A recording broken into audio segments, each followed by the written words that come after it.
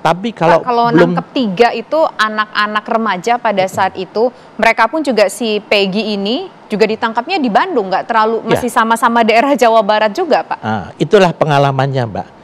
Tidak mudah mencari orang yang saat itu statusnya melarikan diri.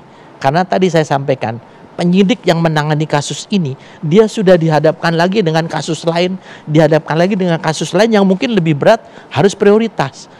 Sehingga menurut saya kalau di polisi, kalau di kejaksaan kan ada satgas namanya pemburu koruptor.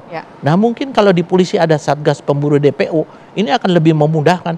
Jadi dari kasus ini juga menjadi pelajaran juga menurut saya. Nah ini menarik juga nih ngomong-ngomong soal DPO. Ini kan ketika DPO ada 3, kemarin 1 udah ketangkep.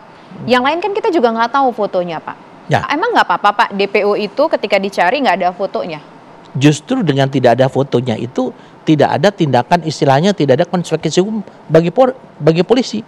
Kalau ada fotonya, kalau salah kan kita kena salah. Tapi kalau masih berdasarkan ciri-ciri yang disampaikan oleh para tersangka, itu akan lebih aman bagi kepolisian untuk terhadap konsekuensi hukum yang mungkin kena. Kalau misalnya saya kepada Mbak Tisa, ada identitas orang ternyata fotonya foto Mbak Tisa. Mbak Tisa kan bisa komplain kepada saya kan, menuntut hukum. Yaitu tentunya di sini kan dalam azas penyidikan itu ada 2. 1 harus cermat, kedua harus hati-hati, ya. Dan ini semuanya harus didasarkan kepada objektivitas. Karena ini keterangannya dari tersangka, maka kita sulit untuk melihat gambar fotonya apa.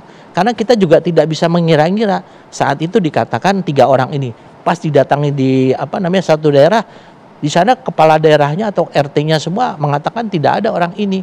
Nah, jadi disinilah mungkin saya harus mengapresiasi ya Polda Jawa Barat yang melakukan eksaminasi pemeriksaan ulang mendasarkan kepada keterangan di dalam berita acara pertama yang belum dicabut, mereka bisa mendapatkan Peggy. Nah, dengan tertangkapnya Peggy ini otomatis tidak ada lagi alasan bagi 8 orang ini mengatakan mereka salah tangkap.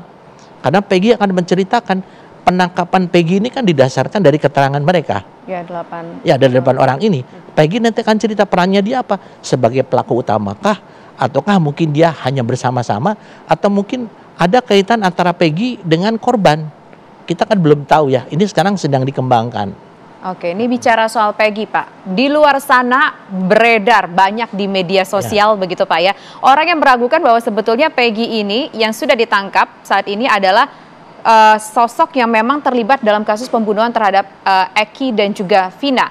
Karena apa? Karena beredar pula di media sosial fotonya yang berbeda, Pak. Foto Peggy yang dulu dengan Peggy yang ditangkap itu fotonya juga berbeda. Ada kecurigaan bahwa jangan-jangan polisi salah tangkap. Bagaimana Pak Ito menjawab ini? Tapi nanti dulu ya Pak Ito ya. Kita harus jeda terlebih dahulu sejenak pemirsa. Kami kembali sesaat lagi. Tetaplah di One on One.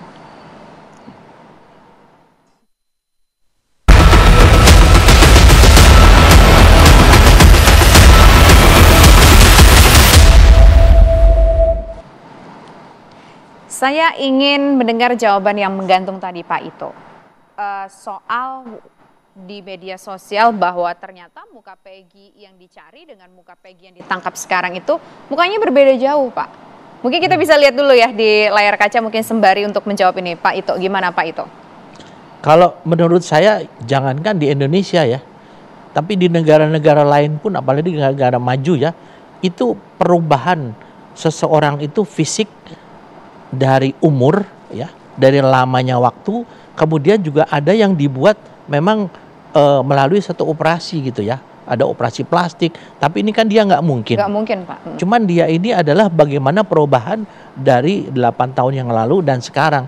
Kita tidak bisa menyamakan mukanya si Peggy ini yang sekarang seperti dulu, pasti berbeda ya. Ya saya juga melihat ya, saya melihat tentunya perubahannya itu kan daripada pihak penyidik Polda itu juga mereka sudah melakukan pendalaman. Mereka juga nggak mau namanya salah tangkap ya. Karena itu sangat berisiko bagi kepolisian kalau salah menangkap dia. Jadi apa yang sekarang dirilis itu sudah melalui satu pendalaman, melalui bagaimana proses dia berganti nama, dia berganti alamat, dan dia kemana saja tempatnya itu dari pihak Polda sudah ada sekarang semua. Tapi yang paling penting kan bagaimana si Peggy yang ditangkap sekarang terkait dengan kasus yang sudah diputus melalui pengadilan. Itu yang paling penting. Sehingga nanti pemberkasan dia tentunya beda. Jadi pemberkasannya beda, dan biasanya kalau di kepolisian dikenal 3 jenis laporan.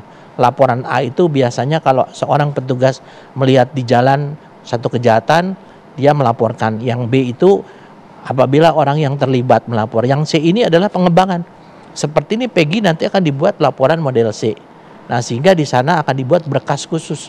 Tetapi saksi-saksinya adalah para narapidana yang sekarang sedang dibond, ya, sedang dipinjam oleh Polda. Ya, mudah-mudahan kita bisa mengungkap yang lebih jelas peran daripada Peggy dan peran dari 8 orang ini, sehingga akan menepis anggapan bahwa terjadi salah tangkap, Mbak. Oke. Nah, tapi ini juga ada beredar informasi bahwa ternyata penangkapan mereka yang sudah jadi terpidana sekarang berada di dalam penjara, itu mereka ditangkapnya oleh satuan narkoba, Pak. Seharusnya kan ini bukan kasus narkoba. Kenapa justru mereka pada saat itu ditangkap narkoba? Ini juga menimbulkan tanda tanya di masyarakat. Ini secara khusus saya melihat kasus ini. Ayah daripada almarhum Eki itu kan bertugas di kepolisian, kebetulan dinas di narkoba. Ya mungkin masyarakat, media ataupun yang memviralkan itu tidak mengerti masalah yang sebenarnya, ya. Jadi saya sudah ngecek langsung bahwa yang bersangkutan itu bersama anggota reserse. Dia ngajak anggota reserse untuk bisa menindaklanjuti laporan ataupun informasi dari 2 orang yang saat ini yang rame disembunyikan, ya. Sebetulnya kalau dalam satu kasus itu boleh saja kita harus melindungi saksi, 2 orang saksi ini, ya. Sehingga setelah dilakukan penangkapan, yang menangani semua adalah bukan ayahnya Eki, tapi unit khusus reserse yang memang dia menangani kasus itu. Jadi nggak ada SOP yang dilarang atau yang dilanggar? Tidak ada sama sekali, tidak ada sama sekali. Kan gini, Mbak, ya, kalau misalnya ada satu laporan ya dari seseorang, ada misalnya tersangka, kalau kita nunggu harus buat surat perintah dulu atau minta surat perintah pengadilan, mungkin orang itu sudah lari kan. Jadi kita amankan dulu, kemudian baru kita lengkapi dengan surat penangkapan yang bersangkutan. Nah, kemudian yang kedua, sekarang kan orang banyak bertanya bahwa kok kasus ini kira-kira lama gitu ya ditanganinya. Saya tadi sampaikan bahwa penanganan satu kasus ini juga akan menjadi beban bagi penyidik apabila ada kasus-kasus lain yang masuk. Sehingga kadang-kadang, Mbak, jangankan anggota reserse, ada anggota sabara yang punya latar belakang reserse atau anggota narkoba atau anggota krimsus yang dilibatkan dalam penanganan kasus ini. Itu adalah berlaku saat ini. Karena apa? Sumber daya manusia kita memang sangat terbatas di kepolisian, ya.